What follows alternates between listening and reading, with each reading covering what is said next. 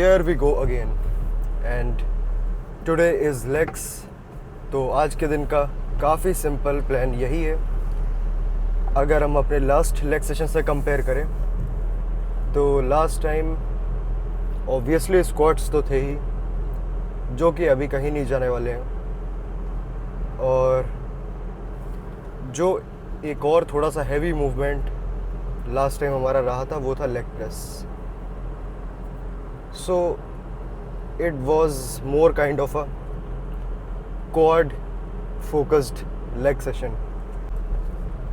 और अगर आज quads focused leg day नहीं होगा तो फिर किस तरीके की अप्रोच रहेगी आज के लेग डे पे?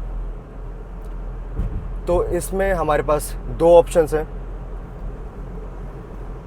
पहला ये कि आज हम ज़्यादा एम्फोसिस दे सकते हैं अपनी हैमस्ट्रिंग्स को, और दूसरा ऑप्शन ये है कि हम ज़्यादा अटेंशन दे सकते हैं अपने ग्लूट्स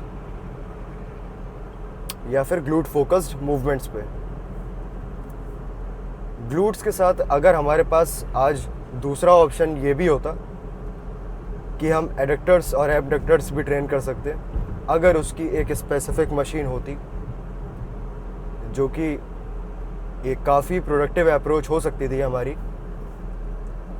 तो मे बी हमारा वर्कआउट स्प्लिट भी थोड़ा सा चेंज लगता। तो हमारे पास ऑप्शन 3 होते फिर अपने लेग डे के लिए। एक हमारे पास हो सकता था क्वाड फोकस लेग डे, दूसरा हैमस्ट्रिंग फोकस लेग डे, और तीसरा ग्लूट्स, एडक्टर्स और एबडक्टर्स फोकस्ड लेग डे। लेकिन अनफॉर्चुनेटली अभी ये चीज़ पॉसिबल नहीं है। लेकिन क्या इसका मतलब ये है कि हम एडक्टर्स और एबडक्टर्स ट्रेन ही नहीं कर सकते अगर उसकी एक स्पेसिफिक मशीन नहीं है? It is completely wrong to say. I think we could do that with resistance bands. तो बहुत सारे लोगों को देखा होगा जो रेजिस्टेंस बैंड अपने पैरों में लगा के और अलग अलग तरीके के मूवमेंट्स करते हैं। वो या तो कुछ अपने मूवमेंट ड्रिल्स कर रहे होते हैं, और या फिर कोई वो मोबिलिटी वाली एक्सरसाइज कर रहे होते हैं। और अगर हमें एबडक्टर्स और एडक्टर्स ट्रेन करने हैं तो वो भी कुछ इसी तरीके के लगते हैं। कुछ स्क्वाट फैशन में, कुछ लेग्स स्विंग फैशन में। हम उसमें अगर रेजिस्टेंस लगाते हैं तो ऑब्वियसली हम अपने दोनों मसल ग्रुप्स को टारगेट कर सकते हैं। I know there are very less people who do that. या तो वो कोई एक स्पेसिफिक स्पोर्ट्स के लिए ट्रेन कर रहे होते हैं, या फिर they really know what is the value of mobility।